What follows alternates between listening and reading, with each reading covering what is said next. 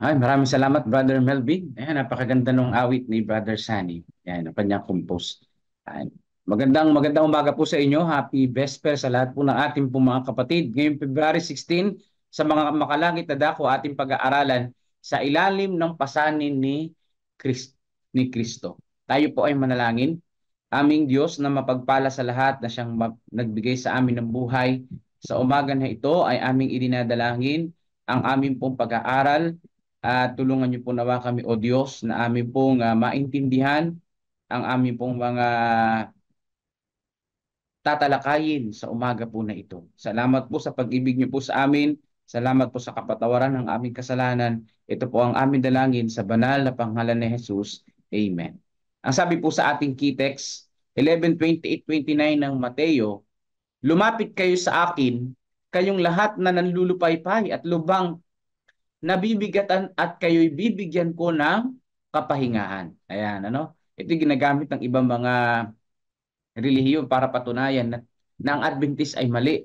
Ang sabi nila, si Jesus na ang kapahingahan at hindi na ang araw ng Sabat. Pero napakalino ng talata na sinasabi, kayo'y bibigyan ko ng kapahingahan. Hindi sinabi diyan ni Jesus Christ na ako yung kapahingahan. Manampalataya kayo at ako yung kapahingahan ninyo. Ang sabi ni Jesus Christ, lumapit kayo sa akin at bibigyan ko kayo ng kapahingahan. Ayan. Dahil yung kapahingahan na binabanggit niya, yun nga yung pangingili ng araw ng Sabat. At syempre, yung kapahingahan din na in context na binabanggit din dito ay yung kaligtasan, mga kapatid. Dahil sa panahon na yan, sa Mateo 11, yung mga kausap ni Jesus Christ, mga nangingilin na ng araw ng Sabat. Di ba? Mga nangingilin na ng araw ng Sabat, yung mga kausap niya dyan. So yung ibig sabihin na immediate context din nito, yung kapahingahang ibibigay ni Jesus Christ ay yung kapatawaran sa kanilang mga kasalanan. Dahil matagal na naibigay yung pangingilin ng araw ng Sabat, di ba? O, hindi po pwedeng baguhin yung pangingilin, gawing si Jesus na yung pagkapahinga sapagkat hindi yun yung subject, hindi yun yung purpose ng pagkakatawang tao ni Jesus Christ, kundi yung purpose ng pagkakatawang tao ni Jesus Christ ay upang tayo ay patawarin sa ating mga kasalanan, iligtas tayo sa sanlibutan na ito. Yan po yung yan po yung sinasabing context ng kapahingahan na binabanggit dito ng ating pong Panginoong Yesus. Yan, sa Mateo 11:28-29.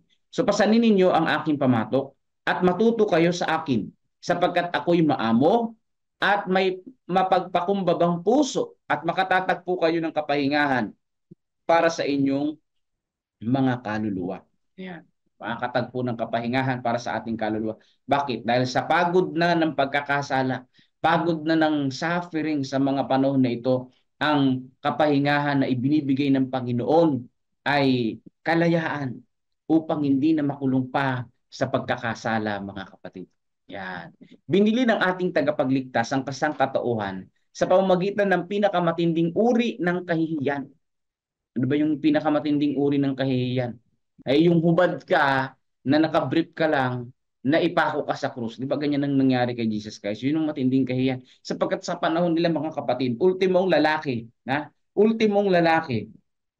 ay mayroong suot na damit na napakahaba, na parang kumot talagang hanggang yung tuhod hindi makikita. Iyan ang suot ng mga lalaki, napansin ninyo sa mga story sa Bible, mga napapanood natin. Talagang ang kultura noon, talagang babae at lalaki, balot ang katawan. Balot ang katawan kahit ulo binabalutan. Ganyan po, mga kapatid, ang kultura nila. Pero yung hubaran ka at ang saplot mo na lang doon sa maselang parte ng katawan, yun ay nakakahiya sa kapanahunan nila at lalo nakakahiya sa atin. Pero ngayon parang ginawa ng entertainment, no? Kahit yung mga babae nagtutupis na lang. O yung may mga lalaki na talagang hindi na kinahihiyan na nakabrief sila. Pero sa panahon nila ay talagang nakakahiya yun, mga kapatid. Tapos iniangat pa siya sa alapaap. Iniangat pa kasi nakapako sa krus. So, grabing kahihiyan yun. Kung meron pang cellphone noon, lalong na nakakaya sapagkat isang click lang at i-post sa Facebook ay kita na ng buong mundo. Buti na lang yung nakakita noon, yung mga tao lang dun sa paligid na yun. Buti na lang si Jesus kasi hindi na namatay sa panahon natin. Bagay, hindi naman din ipapako sa krus. Yun ang pinaka nakakahiya talaga, yung ipako ka sa krus. Tinuring kang kriminal, tapos nakakahiya, nakabitin ka doon, nakahubad. Di ba? Grabe yung nangyari kay Jesus Christ. Itinuturo niya tayo sa tanging daan na patungo sa makipot na pintuan, na bumubukas tungo sa makipot na daan, na sa kabila ay nakalatag ang malawak at kaaya-aya mga pastulan. Di ba sa Mateo sinasabi ni Jesus Christ na may daan na tila maluwang sa tao na kapag tinahak nila yun, ang dulo nun ay kapahamakan. Pero merong daan na makipot na kaunti lang ang dumadaan noon at ang dulo nun ay napakaganda, buhay na walang hanggan. May mga ganyan, ano? Ako naranasan ko na mag-hiking ng ilang beses. Yung talagang makikipot na daan, yun yung daan papunta doon sa tuktok. Pero yung daan na maluwang, daan ng kalsada yun. Papunta yun sa city. Hindi ka makakarating ng bundok, ng tuktok. Yung daan na makipot, yun yung totoong daan na papunta doon sa tuktok, mga kapatid. Yan. O, naranasan ko dyan sa General Tinio, yung pong yung tuktok dyan, yung tinitirhan nila brother, kalimutan ko na yung pangalan, brother Steve, yung namatay na. O, may daan dyan na malawak, pero yung dulo noon, iikot ka lang. Pero kailangan tahakin mo yung makipot na daan dahil dun yung daan papunta sa kanila. At pagpunta mo doon, makikita mo 360 view doon sa taas. Malawak, malawak na pastulan. So yan po yung sinasabi dito, mga kapatid, sapagkat nga sila ay umaakyat ng bundok, sila ay nangangaso, sila ay nagpapastol ng mga tupa. Doon sila dumadaan talaga. Yung maluwang na daan, yun yung kapahamakan yung dulo. Maaring bangin doon. Pero yung makipot, yun yung totoong daan. At yun ang ipinaliliwanag dito, mga kapatid, na ang daan papunta sa langit, talagang makipot. Ayan. Talagang makipot, pero ang dulo nun ay buhay na walang hanggan. Dahil ang pagsunod at pananampalataya sa ating Panginoong Diyos ay hindi madali kung ang ating pong buhay ay nakaangkla sa sanlibutan dito. Nakaangkla dito sa kayamanan ng sanlibutan. Kanyang minarkahan ang bawat takbang sa daan upang walang sino man ang magkamali. Kanyang sinasabi sa atin kung ano ang ating gagawin. Yan po, mga kapatid, ano? Minarkahan yung ating daan. Ibig sabihin, nilagyan niya ng mga kautusan, mga kapatid, kung papaano ang gagawin natin habang tayo naglalakbay sa mundong ito. Pasinin ninyo ang aking pamatok at matuto kayo sa akin sapagkat ako'y maamo at may mapagkumbabang puso at makakatagpo kayo ng kapahingahan para sa inyong kaluluwa. Ano ba itong pamatok ng ating Panginoon? Sapagkat madaling dalhin ang aking pamatok at magaan ang aking pasan. Ito lang ang tanging daan na maliligtas ang makasalanan. Ano ba yung pamatok ng ating Panginoon? Ano ba yung pamatok? Ito yung nilalagay doon sa baka, 'di ba? Kapag ka mag-aararo, nilalagay yun sa baka, yung pamatok na yun, yung ganun. Parang kumakapit dito sa likod ng baka. Kapag ka nasa likod niya yun, madali na siya mag-araro. Kasi magaan ito kahit sumakay pa yung may-ari. Magaan yung pamatok na yun kasi nasa batok nga. Kaya kapag ka ikay magbubuhat din ng dalawang balde, mas magaan kapag nakalagay yung kawayan sa balikat mo, magaan, di ba? Lalo na kung meron kang katulong. Walang iba kundi ang ating pong Panginoong Diyos. Kaya sobrang gaan nito. Bagamat merong daladala sa buhay, kasama natin ang Panginoon. Di ba? Kasama natin ang Panginoon. Pero kung wala kang pamatok, buhat-buhat mo lang na gano'n yun, mahirap buhatin eh. Pero kung may gano'n, no, may kawayan, no? Magaan lang. So yan po yung sinasabi dito sa banal na kasulatan. Lalo na kung kasama natin ang Panginoon, yung lahat ng mga pagsubok ng ating pong buhay, yung lahat ng mga pasan natin sa buhay na ito ay magiging magaan sa tulong ng Panginoon.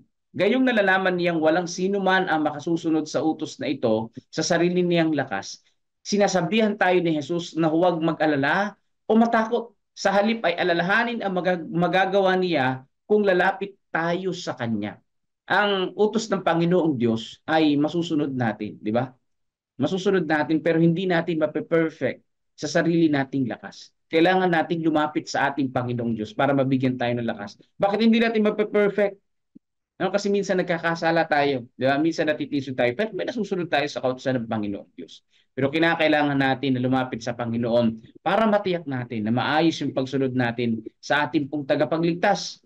O, na nagtitiwala sa kanyang lakas. Sinasabi niya, kung papasan kayong kasama ko na inyong manunubos, ako ang inyong magiging lakas, ang inyong kahusayan. Yan. Kaya pala lalong gagaan yung pamato.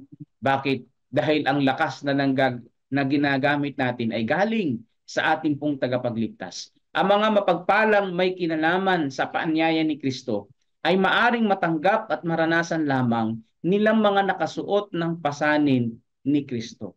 Ayun po mga kapatid. Yung pasanin ni Jesus Christ ay magaan na sapagkat inalis na ng Panginoon yung laman. Ano?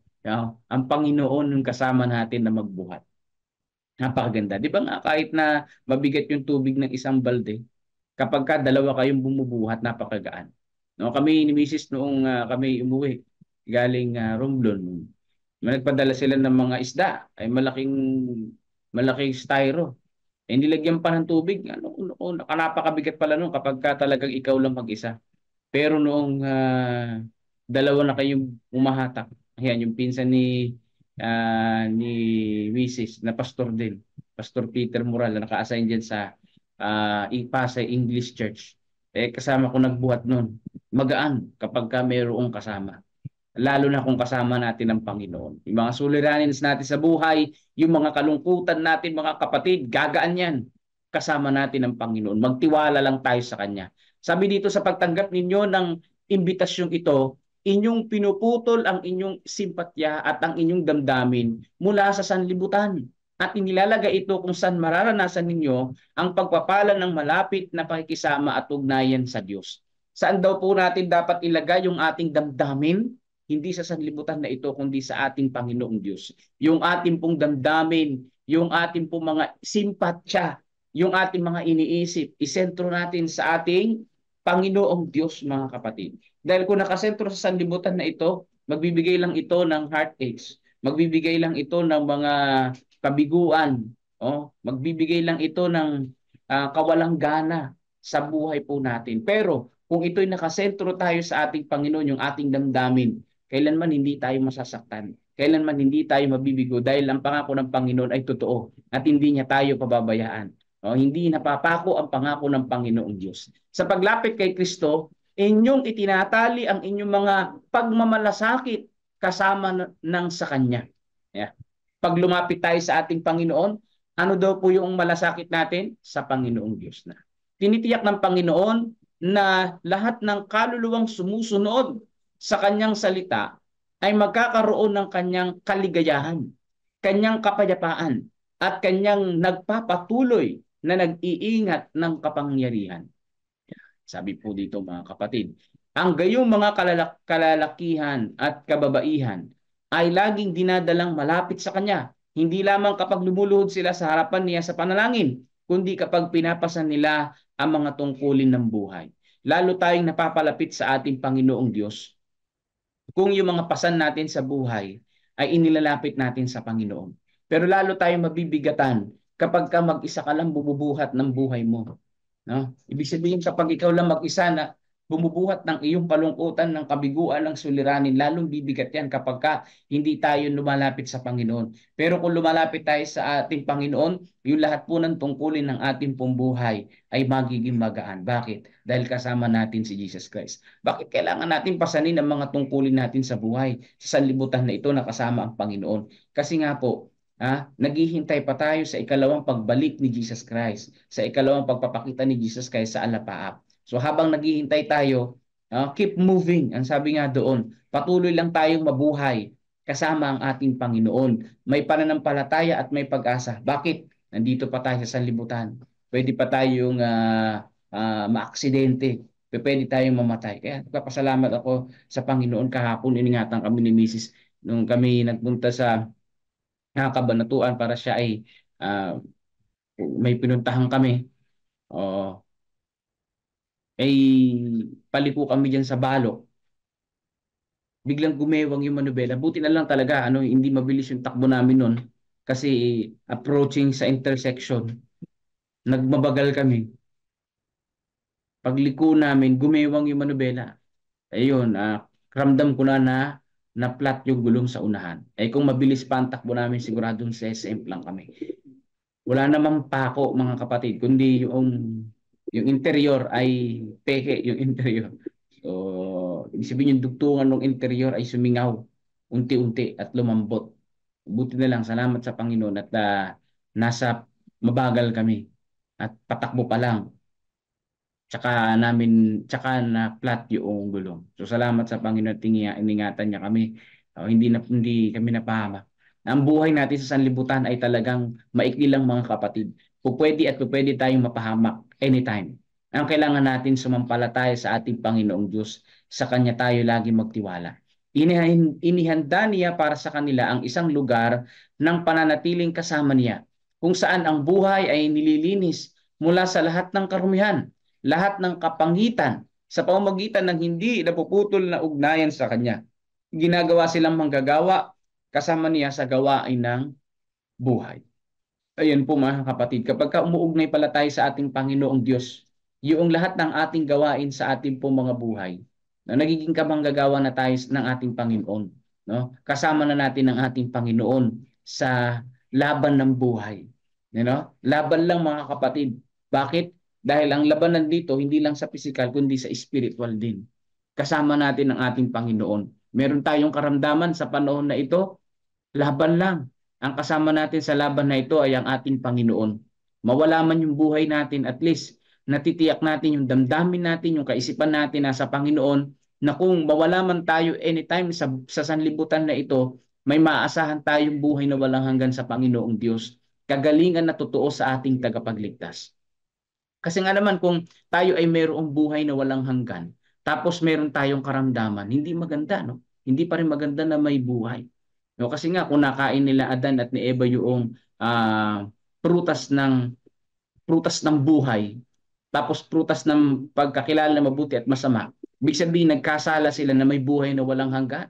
Kapag kaganoon, hindi sila mamamatay pero may sakit. Ayaw ng Panginoong Diyos yun. No? Nasisira yung katawan pero may buhay pa din. Pero mo nakaratay ka, hindi ka mamatay-matay. Ayaw ng Panginoong Diyos yun. Gusto ng Panginoon hindi tayo maghirap. Gusto ng Panginoon talagang totoong buhay na walang hanggan, na nilinis tayo ng ating Panginoon sa kanyang dugo. O inaanyayahan niya tayo, lumapit kayo sa akin. Pasanin ng aking krus. Wala akong hinihinging gawin ninyo na hindi ko muna ginawa para sa inyo. So ang ating Panginoong Diyos mga kapatid, bago pa tayo maging mabait, bago pa tayo maglingkod sa Panginoong Diyos, naglingkod na ang Diyos sa atin. Yan po ang tatandaan natin. Hindi natin po pwede magmalaki sa Panginoon. Panginoon, binigay ko ito sa gawain. Ginawa ko ito para sa inyo. Kailangan may kapalit naman ito. Hindi po mga kapatid. Bago pa tayo maggawa-gawa ng kung ano-anong ministry sa buhay natin, mga kapatid ko, nauna na naglingkod ang Panginoong Diyos sa atin. Yan po ang ating dapat tandaan. Ang kailangan lang natin ay sumampalataya sa kanyang ginawa para po sa bawat isa sa atin. No, kaya ang sabi ng Panginoon, ang requirement niya lang sa atin, 11:28-29 na Mateo, lumapit kayo sa akin, kayong lahat na nanlulupaypay at lubang nabibigatan, at kayo'y bibigyan ko ng kapahingahan. Pasanin ninyo ang aking pamatok at matuto kayo sa akin, sapagkat ako'y maamo at may mapagpakumbabang puso, at makakatagpo kayo ng kapahingahan para sa inyong mga kaluluwa. Ayan. Ang Panginoon magbibigay sa atin ng kapahingahan. Ang Diyos ang magbibigay sa atin ng pag-asa, ng kaligtasan na nagmumula sa Kanya. Basta sa buhay na ito, mga kapatid, sa paglakad natin, sa pamumuhay natin sa sanlibutan na ito, wala man tayong pera, wala man tayong mabuting kalusugan ngayon, meron tayong kalungkutan, may kabiguan sa buhay natin, ang mahalaga, lumalakad tayong kasama ang Panginoon. Lahat ng yan ay gagaan. Lahat ng yan ay magkakaroon tayo ng kaligayahan.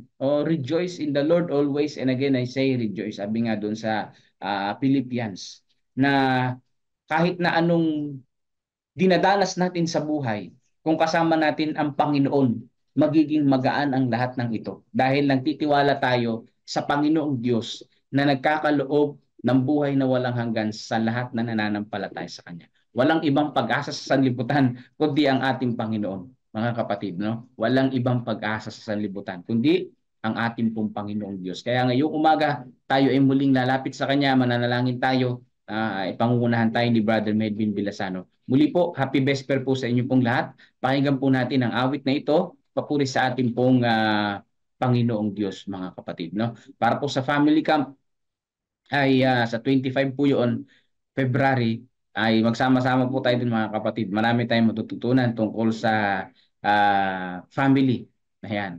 At sa couple seminar yun eh. Yan po. So, God bless po sa inyo pong lahat. At pakinggan po natin ang awit papuri sa ating Panginoon.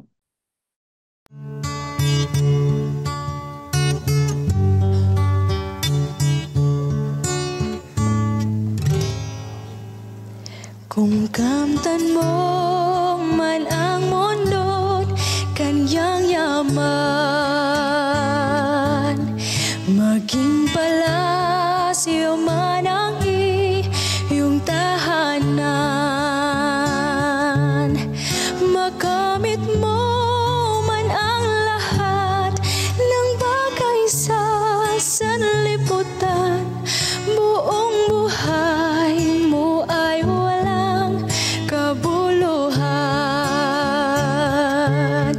Hanggat di mo nadarama ang palad ng Diyos Ama, ay di mo makakamtan ang walang hanggang pag-ibig niya. Hanggang di mo napamatid ang daang tungo sa langit, di mo makakamtan ang kanyang pag-ibig.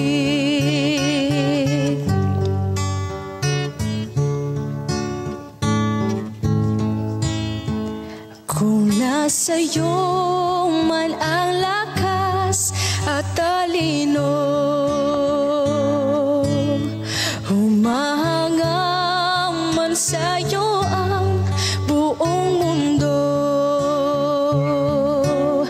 kulang sa pagbasa naman ng banal na kasulatan, lahat ng iya'y pawang walang kabuluhan.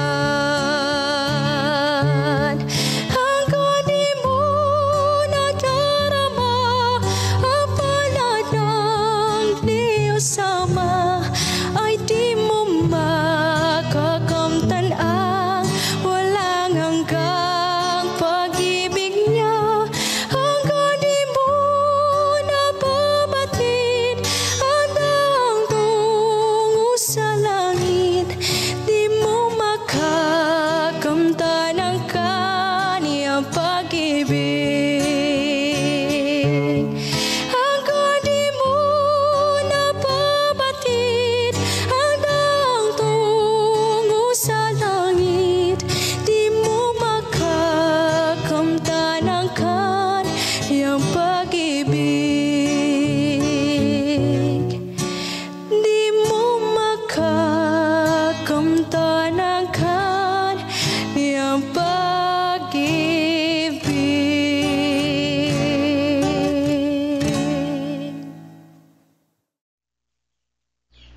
Amen mga kapatid. Hanggat di mo nababatid ay hindi mo makakamtan ng kanyang pag-ibig. Kaya kailangan mabatid mo muna yung daan patungo sa langit, si Jesus Christ. Kaya salamat sa awit na yan, nakatapat sa ating lesson sa ilalim ng pasanan ni Jesus. At salamat din po, Pastor. 3 points yung nakita kong maganda po dito. Una, ang Panginoon ay naglalagay ng marka sa ating daanan. Ayan.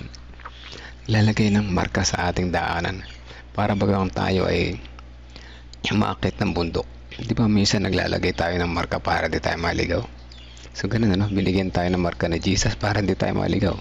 Kaya lang marami sa atin ay magagaling at mas marunong, mga nag-experiment. Mukhang mas magandang dumaan dito. Dito tayo dadaan, mas malapit, mas maliwalas. Diba? Mas ayahay. So ganun point number 2. Gumagana ang ating pamumuhay. Gumagana ang ating paglalakbay. sa pamamagitan ng kanyang pamatok. So habang yung mga marka na ating dinadaanan na papunta sa tama, mabibigat yung dala natin sa buhay, gagaan yan kapag dala natin ang kanyang pamatok. Ano po? So, tutulungan niya tayo sa ating mga lakad. Ayan. Point number 3, makakatagpo tayo ng kapahingahan. Diba? Sa ating paglalakbay, nakakapagod din naman. So makakatagpo tayo ng kapahingahan kapag nasa ilalim tayo ng pasanin ni Kristo, no? Ayan, salamat sa umaga na ito at patuloy tayong binibigyan ng connection. Hindi lamang tayong mga nakikinig niyan, kundi connected tayo kay Jesus. Ano po? At sa ating mga prayers, teka lang, basahin natin. Ano po? Pasalamat po sa mahal na Panginoon, nakarating pong ligtas ang aking anak na sina Joshua. Yan po, nakarating na sila na ligtas, sina Joshua. At sino pa? Kasi hindi ko ito nabasa kanina, nakapokus ako doon sa lesson. Pakisama po muli ang aking pamangkin na si Melo Jane Ronas Tibayan. Tuloy-tuloy na po ang kanyang paggaling sa tulong ng Panginoon. Sige po, yung pamangkin ni Ate Rebe, no, si Melo Jane Ronas. At meron pa ako nakita kanina eh. Sabi na nila, tunay pong dito sa mundo ay walang kabuluhan ang mga bagay na di nauukol sa Diyos. Tunay po, ano? Kaya wag nating pag-ubusan ng pansin yung mga walang kabuluhan, ano? Dahil masasayang yung ating energy at oras. Yan ang mahalaga, ano po. Baka abutan pa tayo ng dead end sa magiging busy natin sa mga walang kabuluhan, ano? At tayo ay kumbaga, panalo na, natalo pa. Parang gano'n, winner na, nasa end of the line na, biglang nadapa, hindi natalo pa, di ba? Parang gano'n. At nawala yung isa. Alam ko mayroong isa kanina. Di bale, baka namalit mata lang ako. Tayo po'y manalangin, mga kapatid. At tuloy-tuloy tayong lumapit sa Panginoon at humingi ng kanyang gabayan na po. Amang banal na makapangyarihan sa lahat, patuloy po kaming lumalapit sa inyo at nagpapasalamat sa umaga na ito na muli nyo kaming binigyan ng panibagong buhay at kalakasan. Muli nyo kaming binigyan ng pag-asa na mahirap man ang lakbayin sa aming mga panahon ngayon sa aming buhay. Nariyan kayo para ipakita pa rin sa amin ang inyong pagmamahal. Naglalagay kayo ng mga marka na kung saan kami ay hindi maliligaw. Salamat sa inyong mga gabay at patnubay. At gumagaan ang aming mga dalahin sa pamumuhay sa pagitan po ng inyong tulong at gabay. Salamat din po at kami nakakatagpo ng kapahingahan po sa inyo. Tunay na inyong pagmamahal ay walang hanggan, walang katumbas, walang katulad. Ngunit sa kabila ng inyong pag-ibig, heto kami ay hindi karapat-dapat. Patawad po sa aming mga pagkukulang. At naway gabayan kami ng Holy Spirit patuloy na kami maging 100% na nagtitiwala po sa inyo upang ang mga iniwan ninyong mga marka ay aming pagkatiwalaan, upang ang aming pamumuhay ay maging magaan kapag patuloy kami nagtitiwala sa inyo, at higit sa lahat at makamtan namin ang kapahingahan na inyong pinagbigyan kaloob sa amin. Sa pagpapatuloy, nais namin isama sa panalangin ng pasasalamat ang pasasalamat ni Ate Rebe na ang kanyang pamangkin ay na si Melo Jane Ronas Tibayan ay tuloy-tuloy lang ang paggaling, ngunit patuloy pa rin namin siyang sinasama sa panalangin at patuloy siyang palakasin ng kanyang resistensya at patuloy siyang palakasin at ibalik ang kanyang kalakasan at makita niya at ng kanyang buong pamilya na kayo ang dakilang manggagamot ang siya nagpagaling po sa kanya. Amin din sinasama sa panalangin, mga kapatiran na nakikinig ngayon. Samahan po kami sa maghapon na ito. Ilayo kami sa anumang kapahamakan sa aming mga gawain, pagtatrabaho, ay kami po inyong ingatan. Kayo nawa ang manguna sa aming pag-iisip, pananalita at magawa upang kami po ay hindi mapahamak bagkus kami maging karapat-dapat po sa inyo sa aming maghapon na ito. Ingatan din po ang aming mga hanap buhay.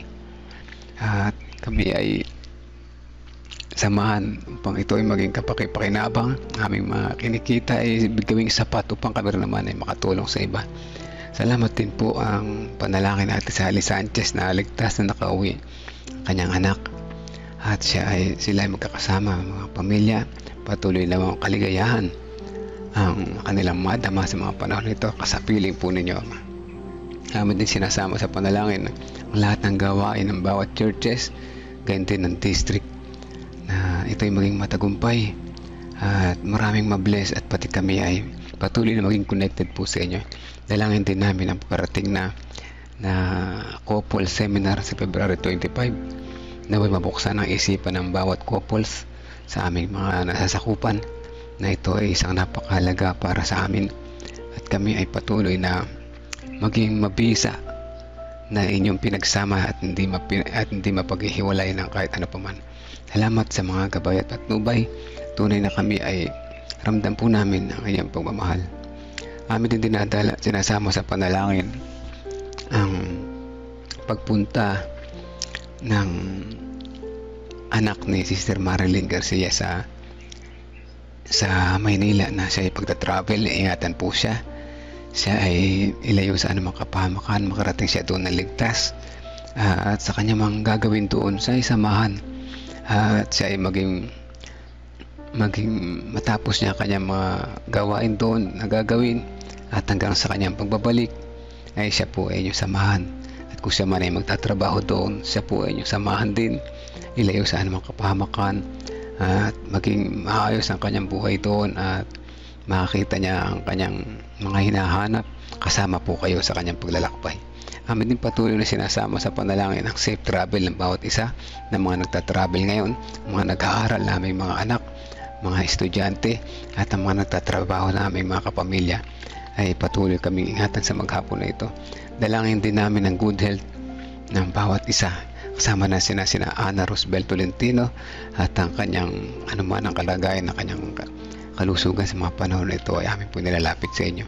Ngayon din ang good health sa mga anak ni Medin Peligro Cotao na si Hara and Cory, at ang mga family ng bawat isa, kasama na si Ate Milen, Sister Rose Cris Encarnado, Sister Dang de la Cruz, at ang mga Bible students na Ate Flor Erilla, doon kina Tata Cesar and Heidi De Leon sa kanilang buong pamilya, ay naway bigyan sila ng karunungan at matutunan nila at tanggapin ang aral na inyo itinuturo sa amin, at gayon din aming sundin ito, at higit sa lahat tanggapin namin kayo bilang personal at tagapagligtas, upang makasama namin sila sa paghahanda sa nalalapit ninyong pagdating. Amin din sinasama yung mga Bible students dyan sa Tabacao, mga explorer, San Antonio Explorer dyan sa lugar nila dyan, at iba pang mga kapatiran na nangangaral sa mga panahon na ito. Kalakasan din at recovery ang aming dalangin kina Kuya Delphine Cao, Pastor Alex Rigor, Kuya Bobby, Ate Lorna, Ate Gigi Concepcion, Gregorio Santin, si Tatay Pentong, Kuya Mike Pablo, ganun din kay Kuya Jerry Borbon, Ma'am Sheila Kasamurin, at ang may mga karamdaman ay patuloy namin dinadalangin, Ama. Si Sister Dora Magana at si Sister Nena Salazar, patuloy po silang hipuin ng inyong mapagpagaling na kamay, at makita nila na kayo ang tunay na Diyos, na aming dakilang magagamot, di lamang kayang pagalingin ang aming pisikal na karamdaman, lalong higit ang aming spiritual na karamdaman. Kasama din namin yung anak ni Brother Resty Larete na si Baby Josiah, na sa kanyang murang pag-edad siya ay may malubhang kalagayan, at dalangin namin na siya ay kasama ng kanyang pamilya ay inyong samahan sa mga oras na ito. Sister Janet Salvado, patuloy din namin siya sinasama sa panalangin. Sister Adele, Tatay Carlito Tomas, si Nanay Fina, si Tatay Rudy Rico Hermoso, at si Michael Torrelia, kasama na rin si Daniel, si Maribel Agustin, si Heidi De Leon, pamangkin ni Sister Marites Loreto, si Brother Arman Reyes, Reynaldo Eusebio, si Ding Bautista, si Pining Eugenio, John Paul Cheng, si Jinjin, Sister Wendy, Sister Percy, Risa Enrique, Sister Aimee Kilantang, si Ate Grace Amano, Ate Esther Lopez, Brother Benjamin Muntigamboa, Marilita, si Dayan, Sister Pichi, na patuloy na titiwala po sa inyo, Renato Santos, Romnick, and Olivia Francisco, kasama pati si Veronica na kanilang anak, ay patuloy pong samahan sa mga araw na ito, at bigyan ng kalakasan, karunungan na nagmumula po sa inyo. Gayon din sina Rebecca Francisco, Precious Kapasog, Princess Jorquina, si Aris, si Sister Nena, si Tia Aning, si Tia Aurora, si Ate Sally Sanchez, Janet Ontivero, Gina de Guzman, Arturo Duque at Erlinda Duque. Ang mga kapatiran po na ito, ang karamihan sa amin ay malubha pa rin ang kalagayan. Ngunit kami ay hindi nawawalan ng pag-asa na kayo ay kasama namin sa aming buhay. Salamat sa bawat umaga na binibigay niyo sa amin. Another day, another hope, at another blessing. Salamat sa inyong pag-ibig. Patawarin po kami sa aming nagawang pagkukulang at pagkakasala. In Jesus' name we pray. Amen. Amen.